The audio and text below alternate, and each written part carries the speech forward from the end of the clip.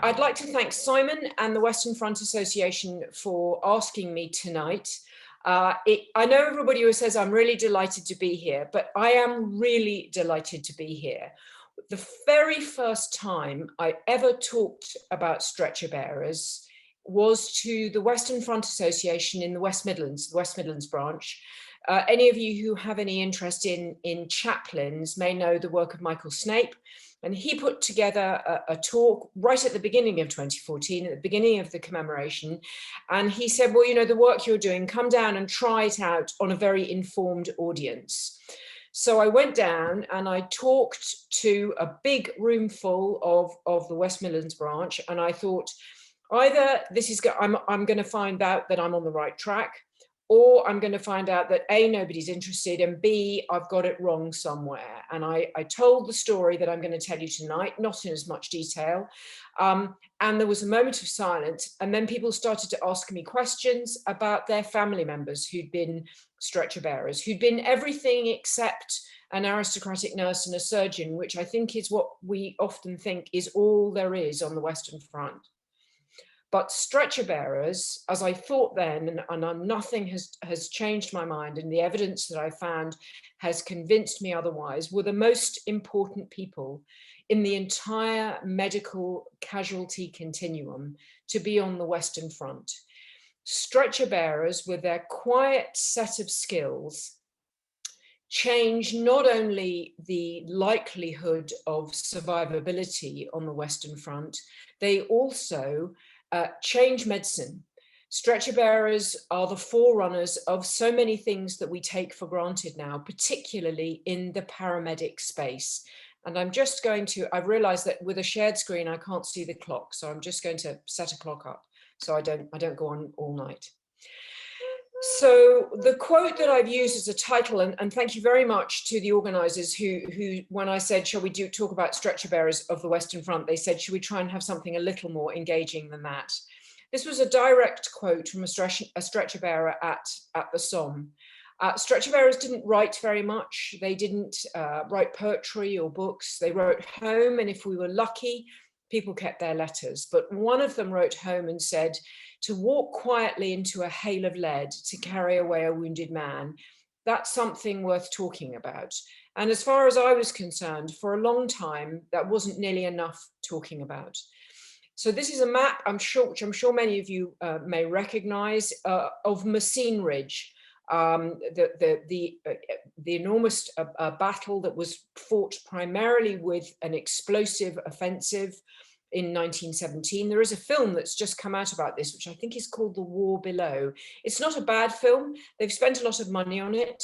After 1917, the film, there was much more budget available for great war films. So I'm sure that many of you will have seen it. This was a map originally from Kandahar, from Messines Ridge, from a field hospital at Kandahar Farm. It's always a bit depressing when you see things that are named that a century later are still had British soldiers in it. When I found this map, we still had Kandahar Farm in Afghanistan. We still had a Kandahar Farm aid post, and we still had British soldiers there. People never learn.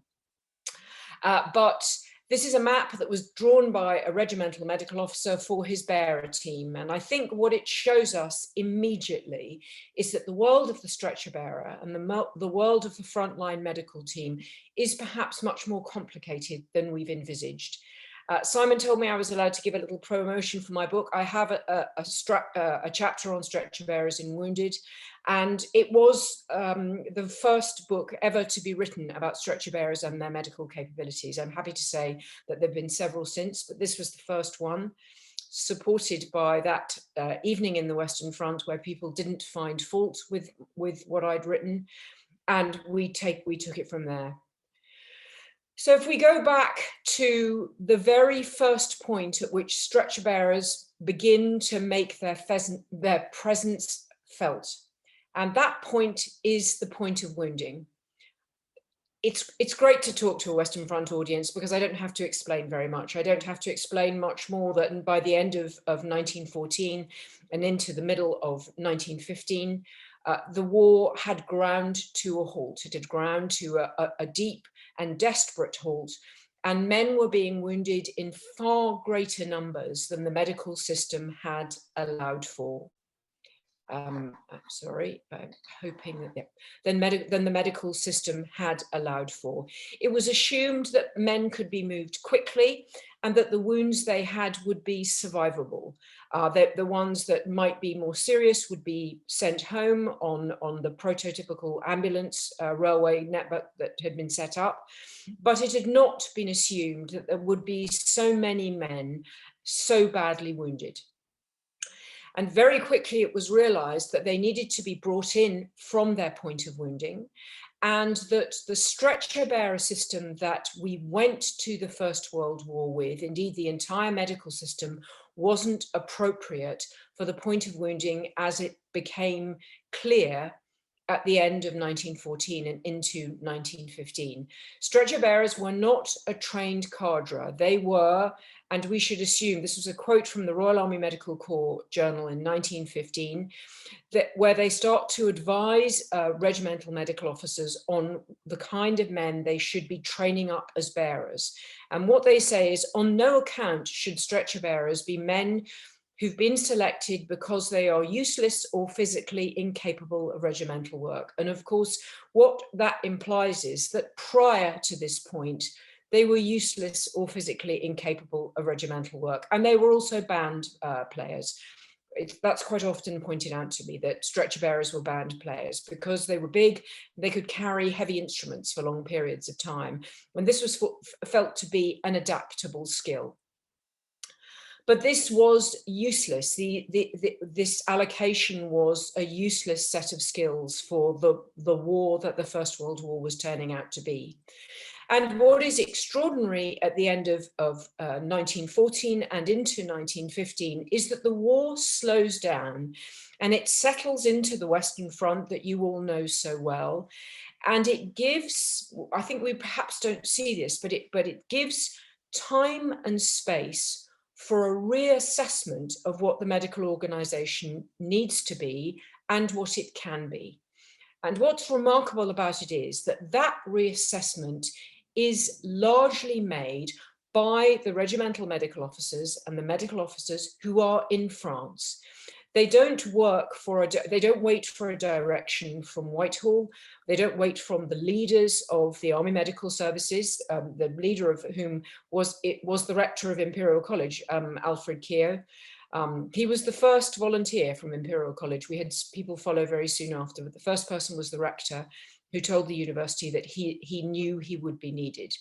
And the main thing that he knew was that he had to let the system work itself out in France, and he had to then correspondingly support it.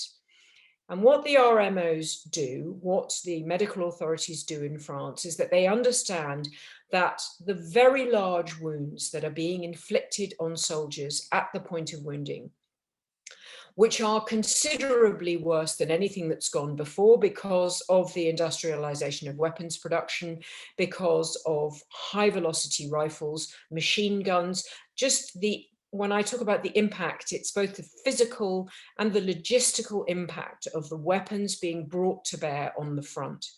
It's creating physical trauma that doesn't kill people straight away, but it does leave them lying, bleeding very badly. And so what is first required is an informed response, is men that can go out to the point of wounding, treat the people that they find there, and only when they are sure that that patient is strong enough for the next phase of the journey will they bring them in. And it will be up to them to secure that strength for the next phase of the journey. What this means in practice, in one particular aspect of training, is that they are trained to go out and prevent bleeding and to enact hemorrhage control. And it's the first time in medical history that someone without a medical degree is trained to control hemorrhage.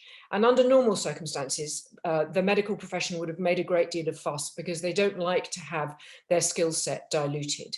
But it's absolutely essential. There aren't enough RMOs to go out. there are many more men who volunteered to be stretcher bearers, and therefore there are many more men that can go out and meet the needs of the wounded.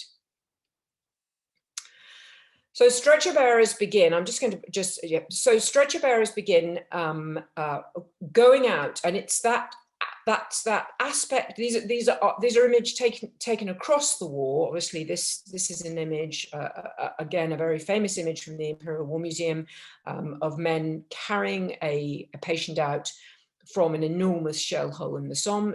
And the other image is a much earlier image. But what they understand is that their role as stretcher bearers is going to be as people who are capable of carrying a casualty, but treating them as they go along. And this point about hemorrhage control, about stopping bleeding, is important. Something that we've always thought happens, because it happened with great effect in Afghanistan, is that they would be allocated tourniquets to use, because tourniquets are really effective at stopping bleeding.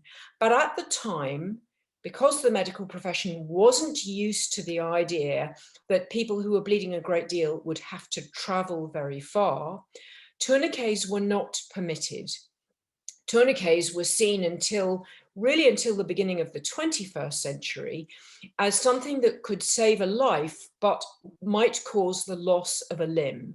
And if the priority was to save the limb because the life wasn't under threat a great deal, then you didn't use a tourniquet, so the patient kept their limb. So stretcher bearers were not trained to use tourniquets.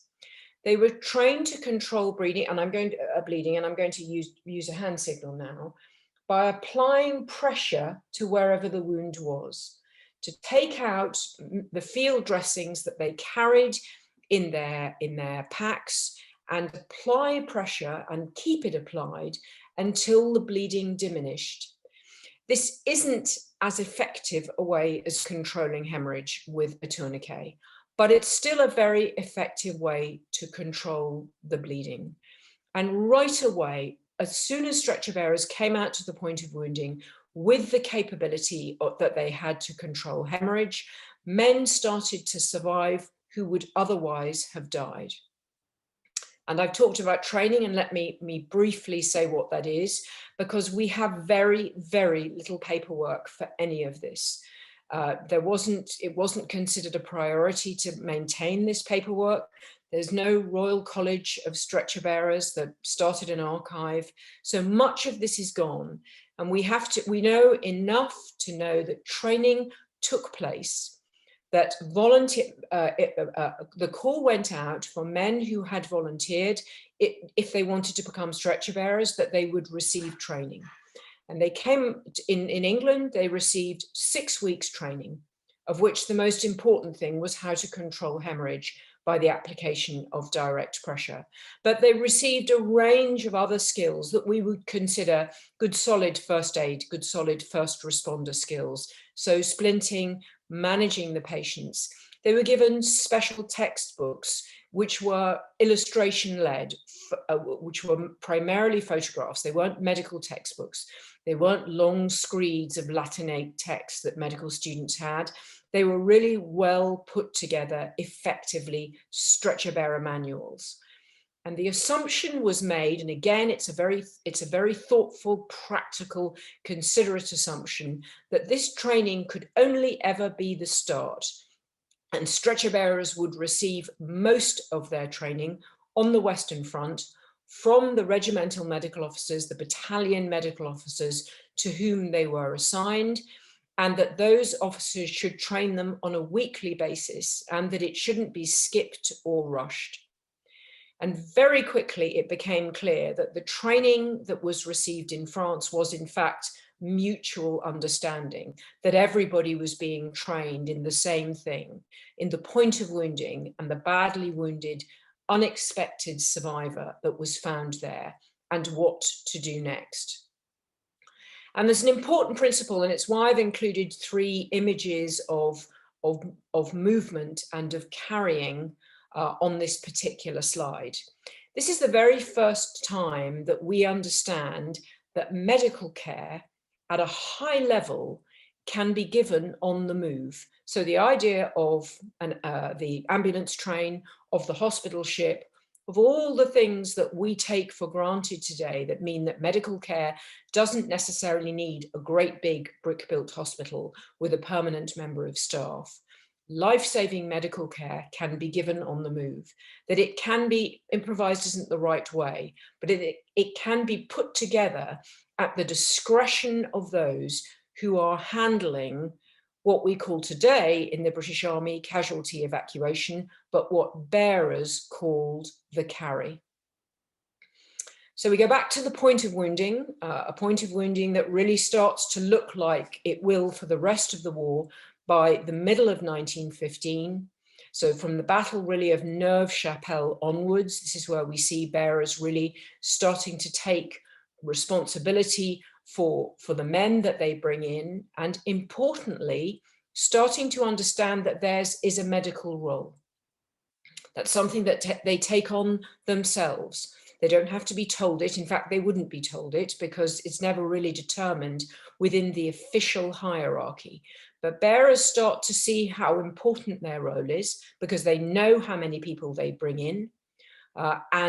And they start to, I think the word is self-actualize. And it's important because it's at that point that learning's done, that improvements are made to what's happening on a daily basis. And from then on, being a bearer is going to be part of a very expert, very dynamic process from the middle of 1915 until the end of the war. We have the photographs of stretcher bearers that we probably know, that the one from Passchendaele where they're stuck in the mud is the most famous one. And it's an image that shows their fortitude and the conditions in which they bore their patients. But it's not necessarily my favorite image. So my favorite image is an image that's painted. It's this big portrait that was painted at the end of 1917 by official British war artist Gilbert Rogers. And next to it is a picture by another war artist. And of course, these images are something that I always want to say to people who are researching the First World War. It's important to go and look in the photographs, but it's really important to go and look at the paintings. There are a large number of war artists on the Western Front, and they're painting immensely varied subject, and they pay attention. And nowhere did they pay closer attention than to the medical services, but in particular to the stretcher bearers. And anybody that saw the National Portrait Gallery exhibition that I think was in 2015, this portrait of a stretcher bearer, we don't know if it's an actual portrait or if it's a composite of bearers that Gilbert Rogers saw. This opened the exhibition. And I just want to draw your attention to a number of features on it, which you can't see as well anywhere else in any photograph. The first thing that you see in this picture is the materiality of the stretcher. It's a relatively heavy thing. It can be bound up. That the stretcher itself, where the patient will go, is leather. It's mostly leather, not canvas, although some of them are canvas. And it's held up by these large wooden handles. And so it's a strong piece of kit, but it's a heavy piece of kit, and it's physically very demanding on the people that will use it.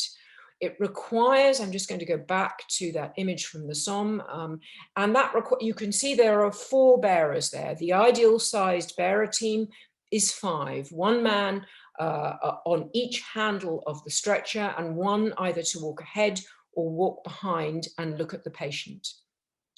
Because it's very difficult to just handle one stretcher with 2 people. And this is something bearers learn very early on, that's too demanding for bearers to handle.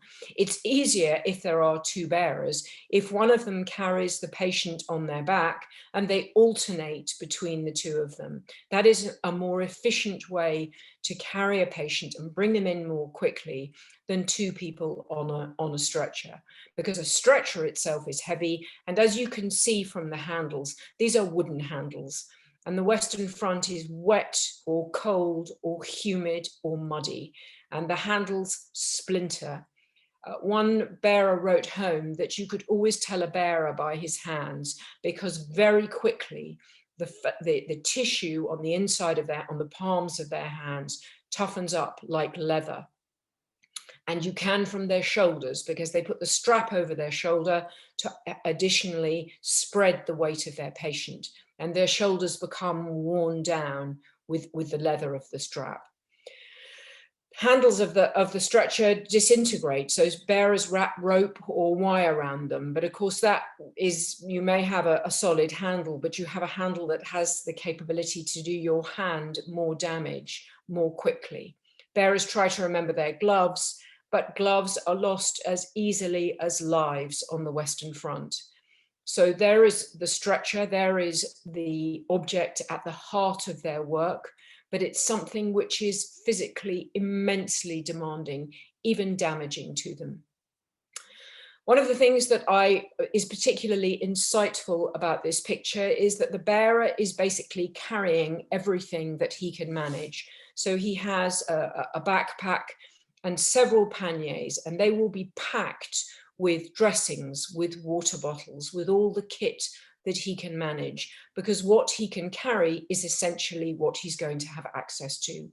If we go back to our map, you can see where the aid posts are placed at Messines, and bearers will be hoping to get to the aid posts. They will be hoping to get there and find somewhere they can put their stretcher down, and somewhere where they'll be able to replenish their supplies.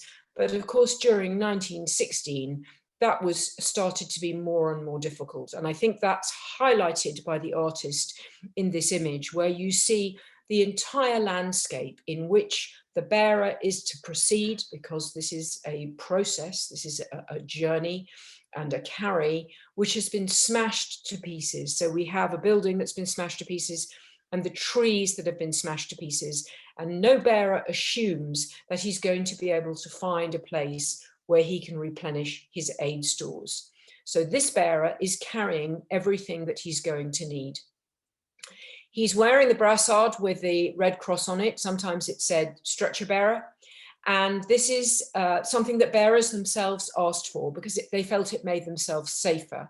They felt more part of the medical team, and they felt that it kept them safe. In fact, as we would know, that in the later years of the war, that it really doesn't. As the weapons get fired from further and further away, a slow-moving target is a slow-moving target. It may be a field ambulance, it may be a gun, or it may be a bearer party of 5 carrying a badly injured man. And the shell is still going to fire at it. And as you see in the other picture, the danger that people face, these are bearers bringing a man off that battlefield where that explosion has happened, down into a trench, and watching carefully to get him those last really difficult moments down into the trench. And you can see the handles and the physically demanding daily grind of broken wooden handles, splintered wooden handles, with the dead weight of a patient on it. And we're coming back to our map now, because not only do bearers develop this extraordinary courage and determination to bring patients in, with every month that passes, they discover better and better capabilities. They develop skills that no one had thought they would need. And yet they go right ahead and they use them. And I've got a couple of objects here. I've obviously got the map. I should tell you that I think there were a number of these maps, but a friend of mine found this in a skip at the Imperial War Museum and said, I think this is for you. And as it was outside the Imperial War Museum, I think that meant it was treasure trove and I could keep it. But one of the things that you can look, it's a slightly clearer definition in this one. You can see the detail that's required by people to draw these maps. This is an RMO that's done it, but he's done it in conjunction. It's something we see in the letters a great deal, that men watch RMOs and bearers out on top prior to an offensive, drawing up maps so that they can all find their way to each other during the forthcoming offensive. This is a very complicated but effectively clear map. Actually, you can post this over the main road at Messine today, and you'll see where the motorway runs. It still more or less fits that shape. And we have the stretcher bearers armband with SB on it, which will do as far as they're concerned, as long as it demarcates them and that people can tell who they are. And this becomes increasingly important. It's something that I talked about a lot early in the process of researching stretcher bearers.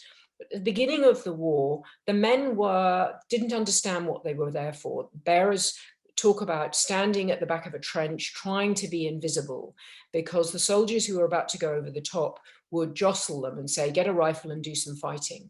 And very quickly, they learn that they need to know who the bearers are, that they need to, when they go out over the top, when they fall, when their friends fall, they hope there is a bearer, not fighting, not with a rifle, but looking for them. And so for bearers, it becomes very important to become identifiable by the men of their unit or the men of their battalion. And many men consider it bad luck if they haven't been noticed by the bearer team before they begin to actually go and fight in the front line, because they're worried if the bearers don't know them, that they won't find them if they fall. So that idea of identifying bearers identifying their own skills, but also soldiers identifying bearers and understanding what they can do, that becomes absolutely fundamental to the process of bearers providing care. I've got a dressing, a reel of dressing underneath that. And the sharper-eyed amongst you would have noticed that this is in fact a German dressing. The Science Museum has loads of these, and they've always assumed that they've got them because somebody German gave them to them. If they'd asked the stretcher bearers would have laughed and told them that German dressings were much better than British dressings. In fact, generally, German medical kit, not German stretcher bearers, but German medical kit was much better than British medical kit. And in particular, these dressings were slightly stretchy and they were sticky.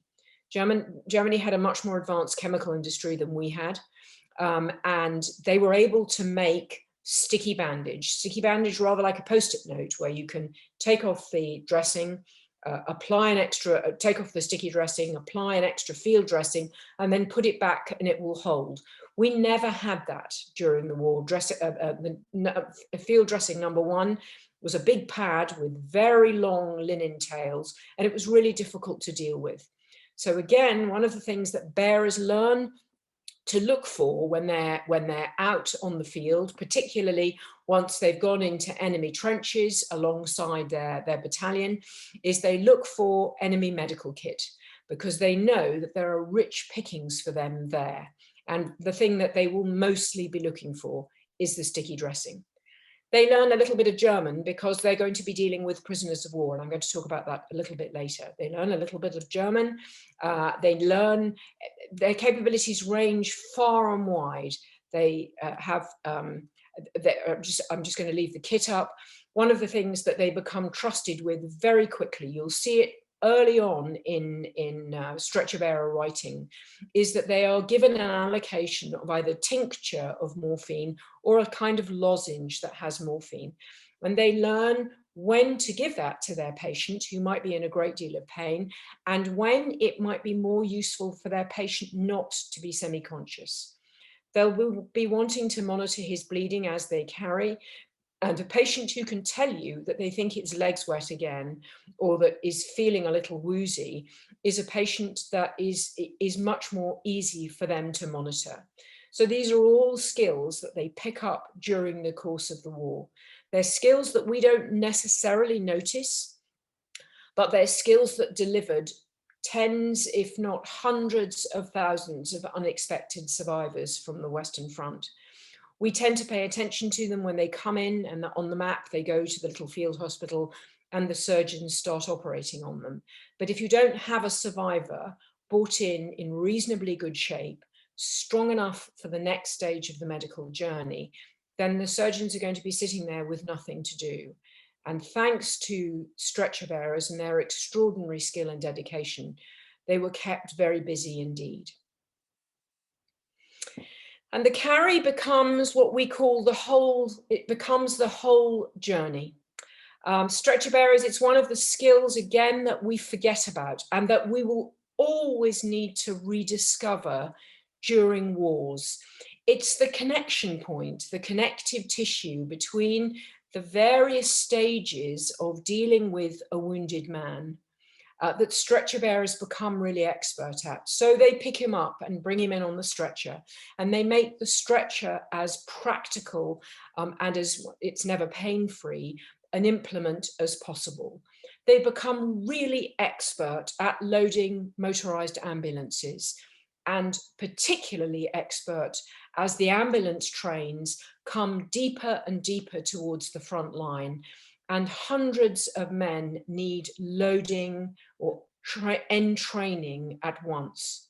And it's stretcher bearers who become specialist end training bearers, having an empty ambulance train come in mostly darkness, because the train doesn't want to become a target for enemy guns. And with a quick flick of the torch, they can do the paperwork and make sure that hundreds of men are loaded in less than an hour, so the train can speed off and take them towards their destination, a hospital further away from the front line. So one of the questions that I often get asked, always get asked actually, is this is an extraordinary cadre of people, and were they recognized at the time? And the answer was they were recognized at the time. There was a concern by many of the senior military medics that their role would be forgotten. And they were largely right. But at the time, it wasn't just soldiers who recognized that they needed bearers. Bearers undertook acts of extraordinary bravery, and they were recognized with a number of Victoria Crosses. And normally I would give that answer. And I would say, and generally, there are a number of bearers, and you can look them up at the Imperial War Museum or in Max Arthur's Essential Anthology. But we're very lucky to be joined tonight by the grandson of one of those stretcher bearers who received a Victoria Cross. And I would normally read out the citation, but I'm not going to do another family's work for them. So if Steve is ready to join us, if Simon can ensure that Steve can join us, if we can see Steve and hear Steve, he's going to read out his grandfather's citation. And I think it will tell you everything you need to know about the courage and the dedication of bearers in 1917. Over to you, Steve.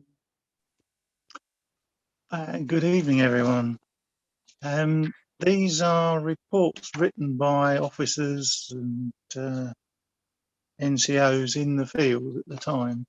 The first one is by Second Lieutenant Dealer of the 7th Battalion, the Bedfordshire Regiment, and that was written on the 7th of April 1917. And this is evidence concerning the behaviour of Private Cox, CA, stretcher bearer to B Company, the 7th Battalion, during operations 13th to 17th of March. On the 13th of March, I saw Private Cox on several occasions in and about the Loupart line, always either vigorously searching for wounded or carrying cases quite oblivious to the heavy bombardment. On the morning of the 15th of March, B Company was advancing over Hill 130 in support of the leading companies facing the Beaucourt line. I saw Cox come over the hill in rear of me, undisturbed by the fact that he was being fired at as an individual target. He told me he had just bound up 5 men and asked where he could find more work. He did not wait to be told, but went straight forward. Subsequently, I saw him carrying a wounded man near the Star Crossroads, where fire from both artillery and machine gun was very heavy. The wounded man made a violent spasmodic movement and brought Cox to his knees. I was told subsequently that this was owing to the fact that he was hit again by a machine gun. Cox got up and carried on. Subsequently, after his own company had withdrawn from the front line, I saw him go up again towards the front line through machine gun fire, though I believe all the wounded from his own company were already back. He did not rejoin the company till about 12 hours after. Although a very powerful man, whom I have never seen tired before, he was thoroughly exhausted. The troops are unanimous in their enthusiasm on his behalf and in their desire to see him rewarded by an honourable decoration.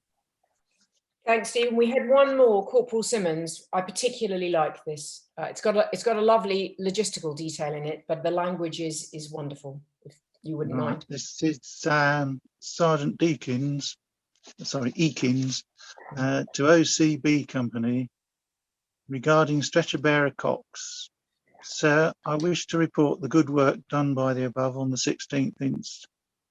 Going out to the farthest point and bringing in a wounded man on his back under terrific machine gun fire. Also attending to other wounded under heavy fire. Also salvaging machine gun drums and taking them to another team when the first team got knocked out. Also marking gaps out in the barbed wire with tapes. He was still carrying on with the good work when we were digging in. Thank you very much, Steve. Thank you. So I hope that it all comes down to one stretcher bearer, but whose life clearly embodies the qualities that were recognised at the time, and where it's been a remarkable opportunity during the commemoration to really understand what they did. There was, of course, a cost to stretcher bearers that stretcher bearers paid. And this is another picture in the Imperial War Museum. It's also by Gilbert Rogers, and it's called quite simply The Dead Stretcher Bearer.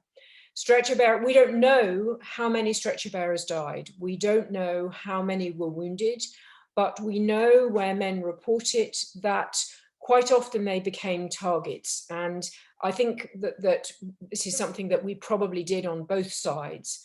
A four-man bearer party or a small bearer party is a target up on top, carrying a heavy load that could easily be a heavy shell, and they are likely to be vulnerable to attack. And I think when you look at these two images painted by the same artist about a year apart, what again you see the same components of the painting. The stretcher opened out, and its the last person it's carrying is the man who would have carried a patient. He's lost his hat. The hat is very badly damaged. As you can see, it's got a hole in it. And you can see the cases that he carries that had his kit in that he won't be able to use anymore. There were costs to stretcher bearers other than their own lives. And this is an image that I recently found, because it's always a pleasure for me to go on looking for material relating to stretcher bearers. It never disappoints. And this was found, it wasn't found by me, it was found by the Science Museum quite recently. They have it up on the website, which relates to the Wounded exhibition that ran until 2018. And what you see here in 1917, so after Christopher Cox would have won his VC, is an extraordinary situation. You have an understanding by the men that the bearers have this ability, this almost superhuman power to go in and bring out the wounded. But this is not necessarily an understanding that goes all the way up and all the way along the chain of command. So during the Battle of Bazentin Ridge, where things start to go wrong as usual towards the end of the day, this particular bearer team, and I hope you can recognize by now the characteristics of a bearer team. You can see the bearer armband, you can see the many satchels and pouches with which they're carrying their equipment. And what they've done is pick up a German prisoner of war. By this point, they have enough pidgin German to explain to prisoners of war, to German speakers, that they will take them to the nearest aid post and that they will be treated there, perhaps even that they will be treated by German-speaking doctors. There was surprising that that was something that was a significant feature of the British medical profession. And so they would make a decision about which prisoners of war they picked up. If they could have the prisoners of war carry their own stretchers or support their own walking wounded, then that's what they do. But if they made a decision about a prisoner of war that he had to be handled on a stretcher, and in this particular case, he had to be put on one of the wheeled bases for stretchers that were especially valuable, then he must have been very badly injured. And what we can see from this image is that the German prisoner has an injured, he has a wound in his leg, and it goes above his knee, so it goes up to his femur. And these wounds were particularly difficult to manage because it was one of the places that you could easily bleed to death from. So these wounds had to be held very steady, and you can see where they've applied a field dressing, and I can't, I'm afraid, tell if that's German sticky bandage or field dressing tails, but they're managing this wound very carefully. This picture, if you just see the bearers and the prisoner of war alone, tells us how far they've come. But this is not someone who's bled to death in a shell hole, because these men have a great deal of expertise at controlling his bleeding and at moving him carefully to getting him to a surgeon where the wound can be managed surgically, what we call damage limitation surgery. And that would be what was going on here, except quite clearly it's not.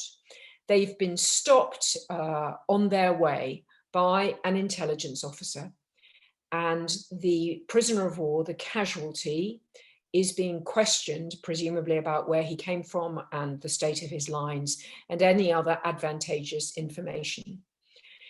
He might be being asked name, rank, and serial number, but I think the expressions on the bearers' faces very clearly indicate that he is not. And suddenly these bearers who've developed this extraordinary expertise are back in a place that the earliest bearers were in at the end of 1914, where people didn't understand their skills and expertise and didn't treat them with the respect that they deserve. This intelligence officer is not treating these men with respect. He's not respecting the fact that they recognize that the man on their stretcher is first and foremost a patient. He may be a prisoner of war. He may be headed for a prisoner of war camp once his life has been, his wound has been stabilized. But to them, first and foremost, he is their patient, and they have a job to do, and they are being prevented from doing it. And they are, of course, not officers. This man is an officer. It is a really difficult position for, I think, the man who's looking in the eyes of the photographer to be in. I think he may be the leader of the team, but that's very difficult to say. It's an extremely difficult position for them all to be in, and they don't feel that they can intervene. Perhaps they did. We only have this one image, but this is an official image that was taken by an official war photographer during the Battle of the Somme. I don't think he quite knew what was going on. And if I was a real stickler, I would say that what is happening here is violations of Article 12 and Article 14 of the Geneva Convention. A wounded man, a wounded prisoner of war, is being denied access to medical care in return for military intelligence. The stretcher bearers aren't taught the articles of the Geneva Convention. That will come later, although in many cases in paramedics, they're still not taught it. But they understand this very simple truth at the heart of what it is they've been doing since the beginning of 1915. And that is that they are part of the medical cohort, the medical cadre, the medical system, what we call at Imperial, the casualty continuum. The rules that apply to people with medical degrees also apply to them. And they apply those rules to the men who have become their patients. And what's happening here is a very complex position for them to be in. There are a number of other positions that they will be put in that are difficult to deal with. It is, at the end of the day, bearers who decide who to take and who to leave behind.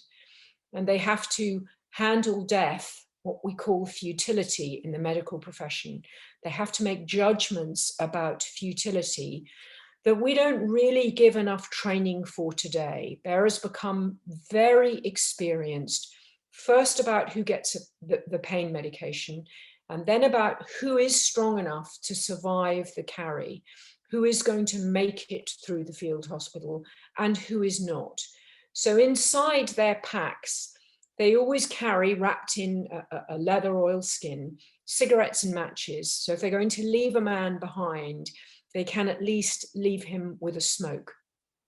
And some of them wait, sit back on their heels and hold the hand of somebody who is going to bleed to death in front of them, knowing that they will take someone who needs them, but ultimately feeling that they have failed the people that they cannot reach.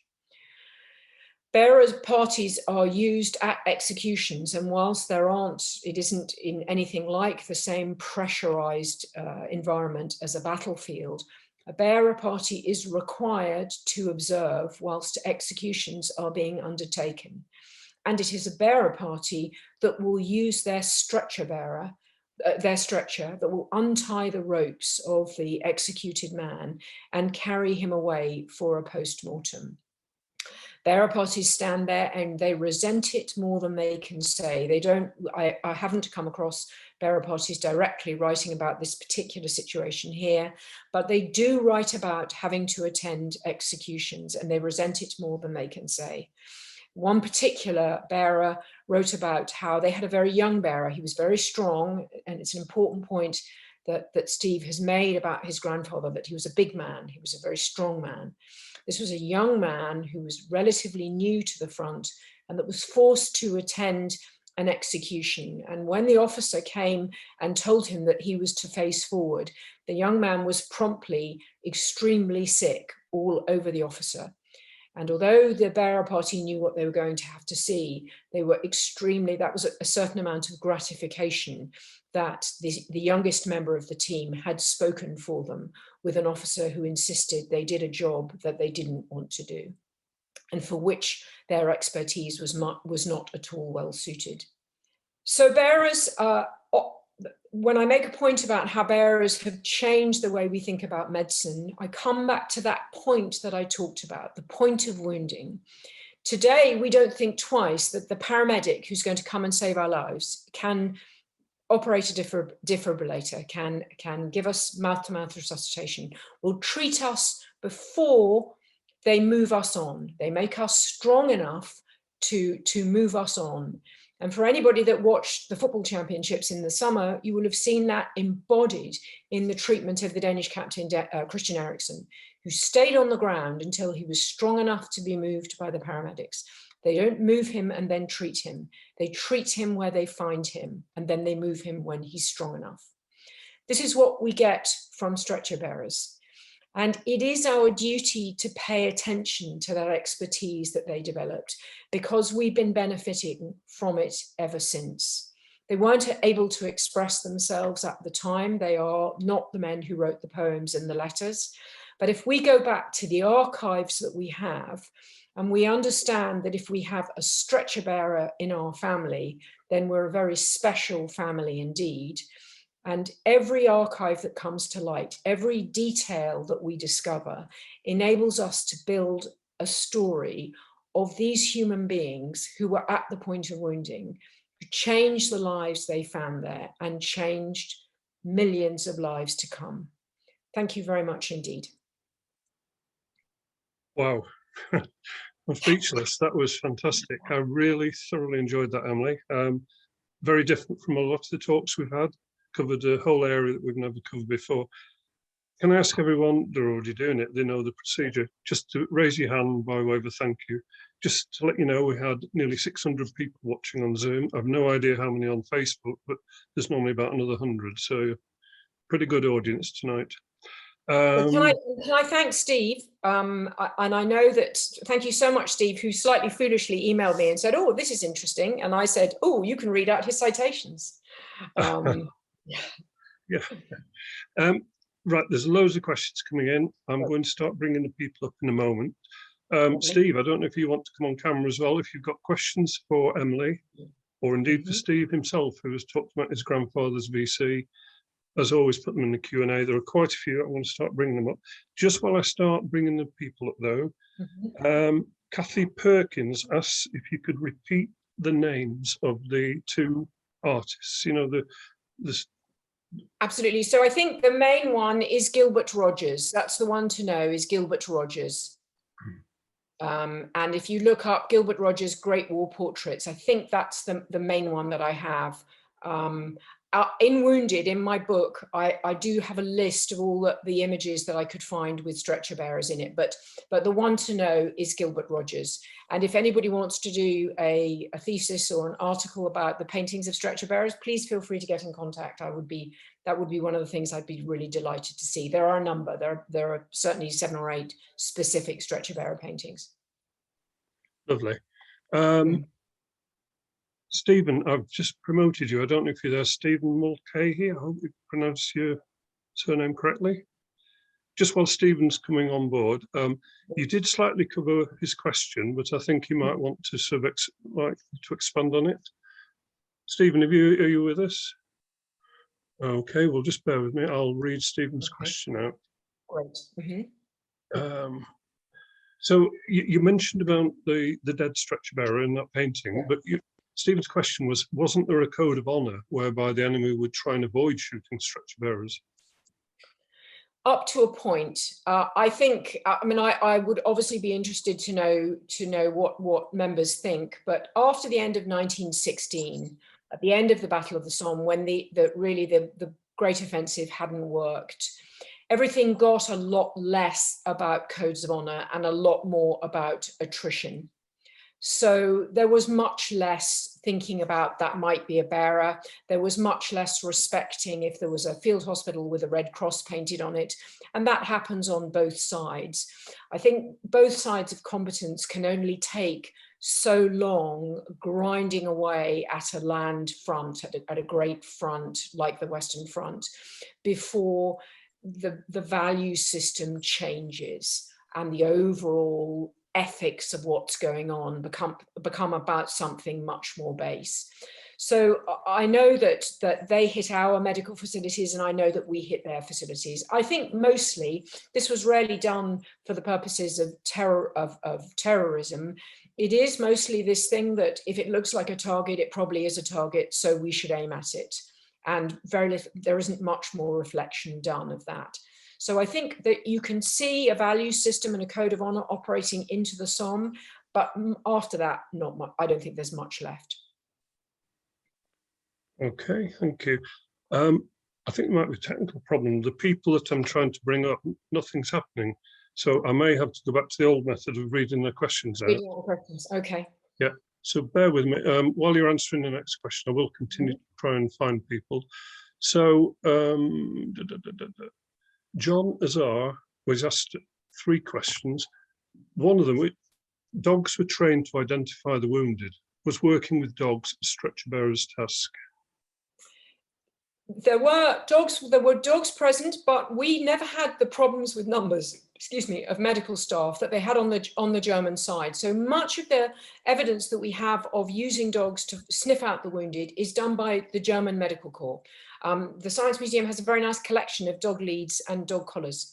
What stretcher bearers do is they rescue pets that they find in shell holes. So the main engagement of stretcher bearers with animals, they're really focused on keeping this idea of the 5-man team going.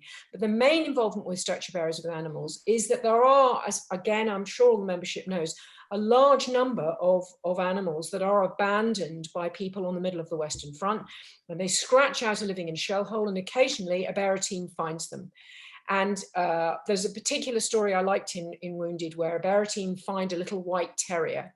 Well, it's a little terrier at the bottom of a shell hole, and they pick it up and they say to the casualty on their bearer, do you mind having a dog on your stretcher bearer? And the casualty says no, and they bring him back. And they take a great deal of care cleaning him up. They get him all cleaned up, and they clip his coat. He's a nice little white terrier, like a Westie. They feed him bits of chocolate and the food they've got. And he becomes the bearer team dog. But the minute he can get out of the tent and go and roll in a puddle, that's what he does, because he knows that it's not a good idea to be a small white dog on the Western Front, that you become a ready target for snipers or gunners. And it's better to continually roll in mud. So the bearers give up after a point and they call him Mud, and he becomes their team pet. So the main engagement that I see of bearers with animals is with the pets that they adopt and keep. But there are dogs that are part of the medical system, but primarily that is a German phenomenon. I think a French, but primarily German. Well, there are Thank you. two other questions, I think. Yes. Well, I'll come back to those. It's only fair that Right. others get. I'll come back to John's other Yeah, question. excellent. Yeah. Mhm. Hello. So, Gordon. Hello, Gordon. Hello, good evening. Marvellous, wonderful.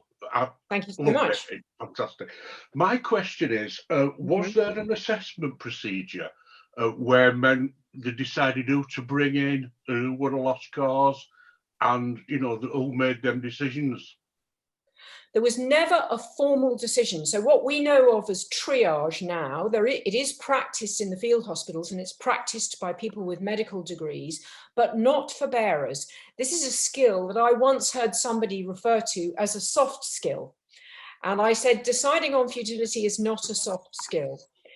And they don't. This is something that they learn themselves, that they work out the system themselves. They learn how to look at a man and know from his color and his breathing if he's strong enough to be moved. But it's never quantified into a formal system. And I should say this is something that we're still quite bad at today.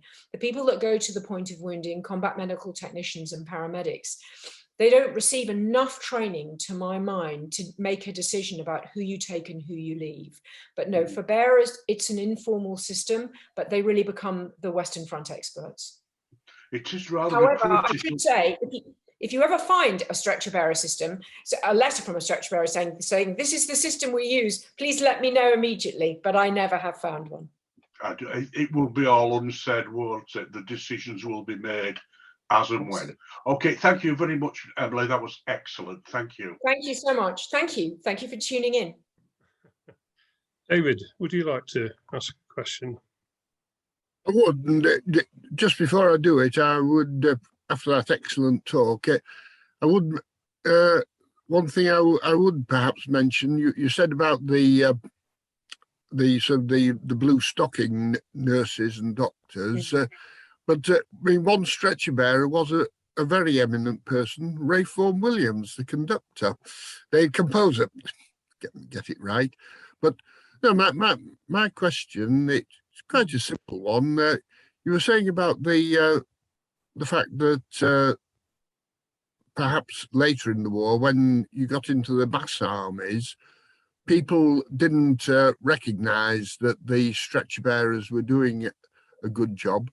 But you mentioned that in the early days, the bandsmen were very often used, and surely this would bring about that sort of mutual recognition between both the stretcher bearers, from the stretcher bearers and to the stretcher bearers.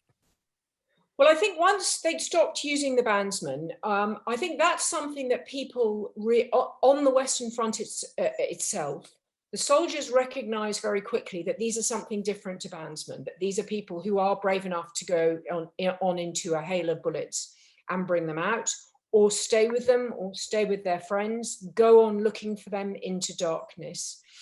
But the idea that bandsmen are stretcher bearers, I think this is a history problem. I think historians have always said, oh yeah, stretcher bearers, they're bandsmen. And you can immediately push away an entire medical cohort because that's all you think they do. You think that the carry is a question of carrying a heavy weight, and that the minute that weight is brought in, then a doctor comes and attends to it. I think that what's particularly remarkable about the story is the extent of recognition by the soldiers, and how quickly, if you're not writing stories and poems, that memory is lost. So that's why we have so little detail in the history books. But once you start looking for it in the letters from the soldiers, you'll see they do recognize this very specific form of expertise. But it takes them about a year to adjust to the idea that the man coming with the bearer isn't a bandsman, that the man coming with a bearer is a paramedic. It isn't a word that they use then, but eventually they do adjust. And it's our fault that we think they're bandsmen. It's our fault that we don't take their expertise seriously, because we always focus on surgery. That's where we see that the great innovations is being made, but there's no surgical innovation that is as great as the idea of bringing hemorrhage control to the point of wounding by paramedics. That's the really great innovation on the Western Front in the First World War. Thanks, Yes, David. yes, I mean it's obviously a case that the bandsmen didn't have any real medical training, but they did a very good job. I mean there were several, there were at least a couple of VCs during the first period of the BEF, and Yeah. I mean very brave men, but doing their best. Doing their best. They did their Yeah. best. People think about it, the process, in a completely different way after 1915, and that's really where you see the fruition and how extraordinary the decentralization is, how they let the system play out. And what I don't know, for instance, is how many bandsmen said, well, I could see what needed to be done. I tried to do it as best I could, but I would like to go and receive the training. And because we have so few records, we just don't know. But I imagine that they did. Thanks, But David. it's not the role of a historian. Yeah. Thank you, David. We've got 35 questions lined up, so we're not going to get through them all I'm tonight. happy to go for half an hour. So Yeah, I'm struggling to keep up with them, to be perfectly honest. Sarah, do you want to ask your question? How many of the stretcher bearers went on to, did any of them go on to medical careers, to think, let me take this further?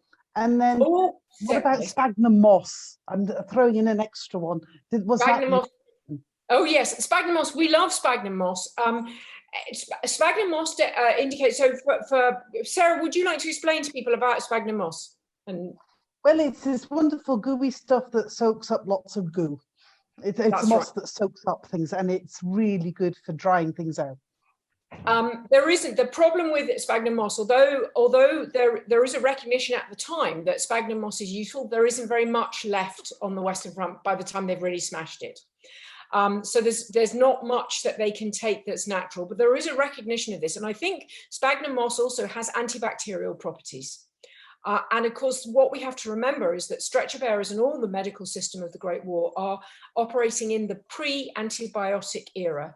So stretcher bearers carry a little bottle of iodine, which they use sparingly so they can keep infection out of the wounds that they're treating. But they know that this is going to be an enormous problem when they get to the field hospital. And it's worth noting, not that I want to be too depressing, but that we are into the last phase of the bacterial age. It's becoming more and more difficult for us to treat bacterial infections. So it's likely that the paramedics of the future may almost be back to something like the iodine tinctures and sprays that bearers had. However, your first question is the one that's really interesting. I don't know of any bearers that became doctors, but I know of a lot who went on to become theatre orderlies, ward orderlies, to have those kinds of jobs within hospitals. And I don't know the numbers because we just simply don't know the numbers. One of the reasons that people join the stretcher bearer course is because, for much the same reason that people do today, is that you get a training course. When you join the army, you get lots and lots of really good training courses that you wouldn't normally get in civilian life. And it was the same consideration in the First World War. If you were a stretcher bearer and you took a stretcher bearer course, you thought, many stretcher bearers think, well, this is going to give me a few more options when I come out of the army. And that does indeed seem to have been the case. Stretcher bearers step up from being labourers. They step up to becoming the leader of the occupational health team in the industry that they go back to. But mainly what they do is they go and work in the really big hospitals that are becoming more and more a feature of the British landscape. What's really interesting is their children become doctors. It becomes, I think academics call it a means of social mobility. Stretcher bearers know what the medical system looks like, and they become family men who want their children to get professional qualifications. So what you often see in stretcher bearer lines, and it's why I always ask people what they do. Although Steve isn't a doctor, but he's an engineer, so you know, is that right, Steve? You're an engineer, I think. I run into medics. I was an engineer, yes. Yes, exactly. I'd like to assign this to the fact that your grandfather was a stretcher bearer of the VC, but that's probably a more difficult connection to make. Two But of it his is a- sons became members of the St John's Ambulance and then medical orderlies during the Second World War in Malta and Absolutely. Italy. And I think that that's something that stretcher bearers come home with an understanding of the system, and they want their families to have a step up. So I think the answer is none of them become doctors, but lots of their children become doctors. Where I work at Imperial College in the Centre for Blast Injury Studies, we were founded by an orthopedic surgeon whose, I think, great uncle had been a stretcher bearer, and he was very much the family hero. And his son had become a medic, and his son had become a consultant surgeon. And his daughter has become a paramedic. So the universe provides, that's a story that I often see. So the answer is they don't become doctors, but they become the parents of many doctors. Is that all right, Sarah? Thank you. Thank you for that. Could I ask people to stop using the Q&A for saying what fantastic presentation? There's been loads of those, Emily, but it's very hard for me to actually see the questions in amongst it all. So, well, you know, if people want to say. Well, just as an aside, I've been told there's 137 people been watching on Facebook. So Wonderful. that's about 700 in total. And they say to draw your attention to the comments on Facebook. So you might want to do that after. I will certainly do that. after I we've will do that finished. now. Fantastic. And for people still watching, the video will be up on Facebook if you want to rewatch Wonderful. it anytime. Wonderful. Yeah. Right. I think Steve Bramley, you were next, if you want to unmute. Mhm. Hi, Steve. Hi, Emily. Hello. Can you hear me? Yes, I can. Yep. Thank you very much. Excellent talk on a much neglected subject, I think. Thank you very much. My question is, during your research, did you come across instances of German prisoners of war used as stretcher bearers? And if you did, was this something that was utilised by our stretcher bearers, perhaps as a protective measure? I don't think it was utilised as a protective measure, but I think they utilised it just because the numbers. You know, when you see that picture of the bearer party at Bazentin, the bearer parties that have worked throughout the Somme, there were so many casualties that no matter how well trained they were, they couldn't cover them all. So if you had walking wounded prisoners of war who were lightly wounded, or a group of prisoners of war, bearers, it was one of the skills that they learned. They learned enough German to say, please help us bring the wounded in. They may have implied that, you know, this would be a good thing for them, but they use them, from what I've seen from bearer sources, simply so that they can get more wounded shifted more quickly. And they become very good at managing large groups of prisoners of war that are either assisting walking wounded, could be German walking wounded, or could be stretchered wounded. They become very efficient at managing them and making sure that they get to the right place at the right time. It may well be that they also felt there was an element of protection, but I haven't come across that in bearer sources. But I have come across this idea that this is a skill that they have. They say to the prisoners of war in their pidgin German, if you can get these 20 men to where you see the flag is, that would be very helpful. Yeah, I suspect from what I've read that the German prisoners of war were only too willing to help, I think so. which may also suggest that their own troops would also respect stretcher bearers if they could recognise them. Absolutely. And I think, you know, again, if you think this is kind of the opposite of the picture that I showed, that this is men with a skill, but also with the ability to communicate with people where they don't necessarily share a language, but where everybody understands what's going on and that this is necessary. And it's really useful part of the process. Yeah, brilliant. Thank you very much. Thank you, Steve. Thanks for that. Okay, thanks, Steve. Peter, you're next. Yeah, thank you. Excellent talk, Emily. Thank you for it. You mentioned, now, in fact, Corporal Cox's grandson mentioned in the reports that he was seen to be doing non-stretcher bearer duties as well, like picking up ammunition drums and marking gaps in wire and so on, which prompts me to ask the question about whether stretcher bearers always went unarmed and were always non-combatant. They are actually part of their battalion, so technically they aren't non-combatant. They aren't provided with weapons. And again, the evidence that I've seen in the sources is that sometimes they bring out weapons themselves, but they aren't provided with a handgun or with rifles. Similarly, we generally expect our medics not to be armed. And in fact, Afghanistan in the 21st century is the first time when medics are formally armed and trained in them. But the stretcher bearers are not recognized as non-combatants, although again, that understanding, and I think, and that was Steve's question, illustrates that the understanding on both sides up close is that they are effectively part of the medical system. But if you see a stretcher bearer bringing weapons, the chances are he's brought that out from home himself. And that is something that they do. Many of them find that they want to bring out more kit. They want to buy textbooks. They have their families go and buy medical textbooks so that they can progress their own knowledge.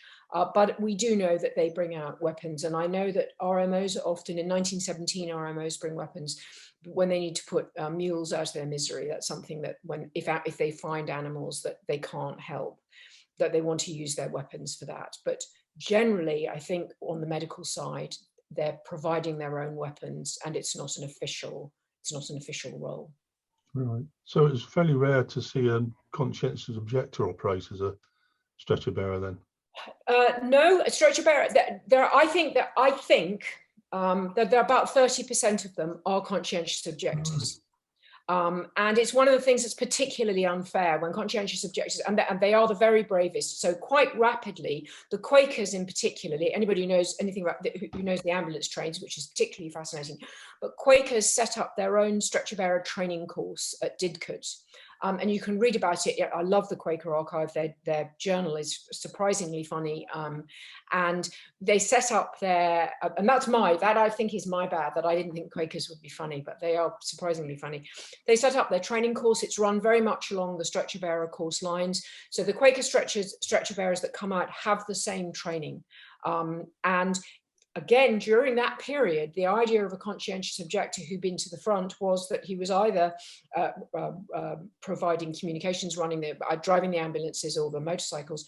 But I think the public understood that they were on ambulance trains or they were stretcher bearers. And again, this was something that was forgotten, that connectivity was forgotten. So I think about 30% of stretcher bearers are probably conscientious objectors. Most of those would be official Quaker or Methodist or other forms of conscientious objectors, and some would be conscientious objectors on an individual basis. There wasn't quite the clarity of combatant and non-combatant that we would understand now, but it's very important to have to recognise the role that conscientious objectors play in this function. Thank you. Those are great questions. Thank you very much. Cheers. Lovely. Thank you. Bob, do you want to ask your question? I understand. Hello from Boston. Hello. Is it cold in Boston? Not at all. It's a beautiful sunny day. My goodness. Yes, surprise. So thank you for this. It was brilliant. But could you please comment on and I'm sorry, I've forgotten the name, the orthopedic stabilizing device of the femur that resulted in the prevention of hemorrhage during the transportation that resulted in many saved lives? So orthopedic surgeons would have you believe that the Thomas splint is the reason that we see such significant survival rates in femoral fracture, so in the injury to the thigh. And that's because historians and surgeons and museums, they don't really understand this idea of improvement in capability. They always need a bit of technology that they can put in their display. So the Thomas splint is very important, but the evidence from the official records from Robert Jones, who is the director of military orthopedics, from his papers, is that the Thomas splint doesn't come out in numbers until the end of 1917. The significant capability change is that bearers learn to carry femoral fracture, as we saw in the image, in a particularly safe way.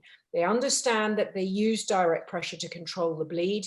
They create a splint if they can. I know that we often think they use bayonets, and I think that's probably true, or anything else they could find. If they could find a straight-limbed branch, they emphasize that. But what they mainly understand is this is a bleed they have to control very, very well, and that's what they do. The Thomas splint arrives in numbers in 1917, but we know from the official record that numbers of death from femoral fracture fall in 1916, a year earlier, from a 60% death rate to a 10% death rate. And that is an improvement that is generated by bearers learning how to carry in a specific way. It's not down to a single piece of technology. The technology is important, but the capability is at the heart of that improved survival rate. But again, it's very hard to capture capability in a museum case. So generally, they'd rather put a Thomas splint in. And so that's what we've come to think of as generating the improvement, but it isn't, it's human capability. Does that make sense, Bob? Yes, it does. Fantastic. Thank you. And I'm sure many of the members watching tonight are familiar with a video of a man coming down a trench carrying an unconscious man on his shoulder.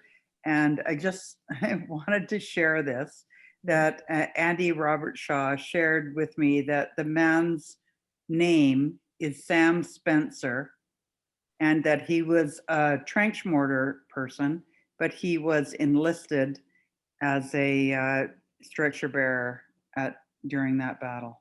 Yeah. Thank you very much. I always like to know their names. That's what I want to do. I want to know their names. Yeah. Thanks for that, Bob.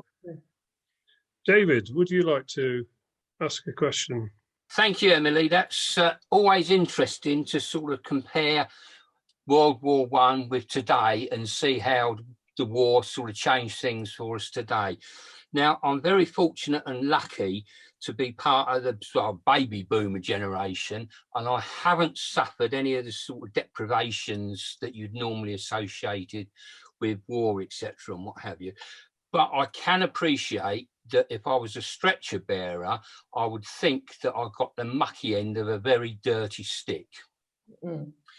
And consequently, was there any sort of special arrangements made after the war to sort of make it easier for those who might have been suffering from some sort of post-traumatic stress disorder, which I'm sure that if going through that for a couple of years, they would be?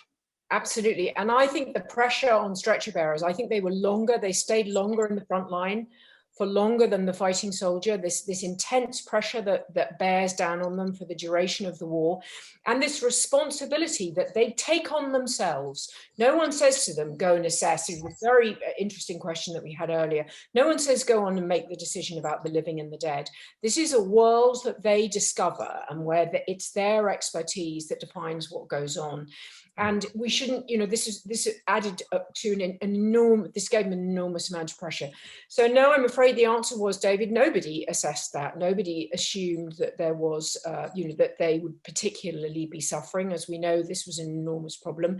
I'm not aware of any stretcher bearers who were given pensions for PTSD. And I'm also not aware of stretcher bearers that were admitted to facilities after the war. What I do know, my husband, this is we're nearly there, but just give me 1 minute for this. My husband came to hear me talk once at the Imperial War Museum, and he was in a black London cab, and the cab driver said, oh, what are you going to do? And he said, well, I'm going to hear my wife. And he said, I'll tell you something interesting. I bet you don't know anything about this. My great uncle was a stretcher bearer. And my husband said, oh, you have no idea. I hear about stretcher bearers, not for solid stretcher bearers for nothing but 4 years. And the cab driver was very interested, bought a copy of my book. Thank you, cab driver. That's the joy of Amazon in the cab. And when my husband got out, it was in the olden days where you paid cash through the window of the cab. And he said to the cab driver, "Can I ask what happened? I know my wife is going to be super interested in this. Can I ask what happened to your great uncle?" And he said, "Oh yeah." He said, he got through the whole of the Battle of the Somme on duty without a scratch. And then they sent him home on leave, and he said hello to his family. And then he went up to his bedroom and he shot himself. So we know that there are bearers who bore this dreadful burden. We don't know what happened to them. We don't know how many of them were unable to deal with it and either required institutionalizing or there became a turmoil in their families. And we don't know how many of them took their own lives. But as David, as you pointed out, it is not very difficult to imagine the level of pressure that these men endured. And I think it was a tremendous advantage to them when their own number got Victoria Crosses. But how quickly they were forgotten, how quickly the level of their contribution was completely underestimated, and then was forgotten after the war. Whenever I have an opportunity to try and flag that up, that's why I'm really delighted to be here, and that so many of you are interested is wonderful. Thank you. Thank you for the answer, and maybe that's another lesson that we can learn then from the First World War. Yeah, I hope so. I hope so. Thanks, David. Thank Ian, you. you've been very patient. You've been very patient. Thank you. There we go. Can you hear me? Yes. Yes, we can. Right. I've seen evidence in war diaries of regimental medical officers in the 55th Division giving training to their stretcher bearers, but I've seen very little evidence of first aid training being given to riflemen in rifle platoons. Have you come across that at all? I don't think they do. I think they have very little. I think what everybody gets given is a #1 field dressing, and sometimes, although I don't know if it's for the full extent of the war, a little bottle of iodine. So no, they don't have very much. And stretcher bearers will talk to the battalion that they are assigned to, but I haven't seen very much evidence of bearers giving training to troops. I think, so you don't have that level of what we now call buddy care. They rely very much on the bearers and the medical team. And I haven't seen a great deal. Sometimes people come to the war and they've got some medical, if they've worked in a factory, particularly if they've worked in the mining industry, particularly if they worked in canal building or shipbuilding, they might have some first aid training from their industrial background, but otherwise, no, I've never seen very much. Can I sneak in a sneaky second question? Was regimental, you've got regimental medical officers training their stretcher bearers. Was that a coordinated syllabus, perhaps laid down by an ADMS in a division or across a corps or across the whole army? No, it wasn't. It was very much left up to the individual regimental medical officer, and it became less of training and more of an interchange. And they're very much talking about forthcoming offensive, previous offensive, what needs repairing, what stores need replenishing. And I'm then quite surprised that there's such a sudden cutoff once people have, that in 1916, people have learnt to do the carry more effectively to prevent hemorrhaging. Yeah, that goes on, but the training goes on. So the meetings with the RMOs, this is very much an ongoing conversation that they recognize each other as a team. And when RMOs lose their bearers or bearers lose their RMO, it's absolutely devastating. I'm sure members will know William Kelsey Fry, who was a very famous RMO, who is the man who gives his military cross to Siegfried Sassoon. He leaves, he's caught in an artillery blast at the Somme, and it kills his whole bearer team. And the bearer team he's been working with for I think over a year. And the relationship they have is an extraordinarily effective one. And he has a breakdown after that because of the loss of his bearer team. And it's the loss of these people that he's very close to. So it becomes not less of a training educational relationship, but a recognition that a great deal of coordination is needed. Flexibility is needed depending on where the battalion is posted to and what is likely to be happening. And ADS allows them to have that. They set up medical conferences that take place in France only. They set up journals that are circulated in France only. And they operate as a network in France, and they are allowed to do that. It's part of that is the way that information is spread. And that's the way that information is spread. Thank you very much. It's not informal, but it's localized. and it's fast and effective. Thanks, Ian. Thank you very much. Graham. I mean, I'm absolutely fascinated by the focus on the personal side. But the question I actually came up with was before you started grabbing my interest on that, which you did very effectively. Thank you. And it was a more generic one. And I wonder how the British experience compared with that of French, Belgian, German, American, whatever other nationality you want to put in there. That's a really good question, and it's one of those things where I'm thinking, when I'm doing the presentation, I'm always thinking, I hope I get that question. Fortunately, because I have Steve today, I didn't have to have the hope for the VC question. So the British system is absolutely unique. This is one of, I think it's the greatest British achievement in the First World War, and we don't, again, because we don't recognise it. France and Germany have a completely different medical system. And if you evaluate them right at the beginning of the war and you looked at it on paper, you would say that the German and the French systems are probably better than the British systems, because the British are always going to have to get across the channel. That's going to always be their logistical problem. France can get their wounded back to the towns and the cities near the battlefields. And Germany has based its system not on treating at point of wounding, quite specifically, but on getting troops to trains and moving the trains to cities and treatment beginning there. And they never adjust during the war. So their stretcher bearers aren't necessarily bandsmen, but they are people who just carry loads. It's a long way for a German casualty to get to a point where he's going to start receiving expert treatment. Likewise with the French. And therefore we have to assume, and again, because we don't have the record, I don't have to talk to you about World War I medical records.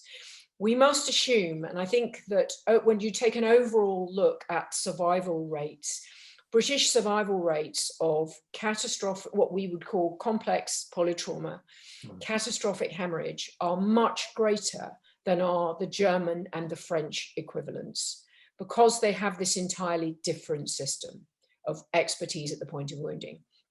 The French and the Germans are still having much of their nursing done by nuns, but done by religious orders. The British are the first people to have professional nurses and the first to take them as far as they can get them on the Western Front. So nurses go, almost as far as the front line. If it wavers near their field hospital, they'll be there.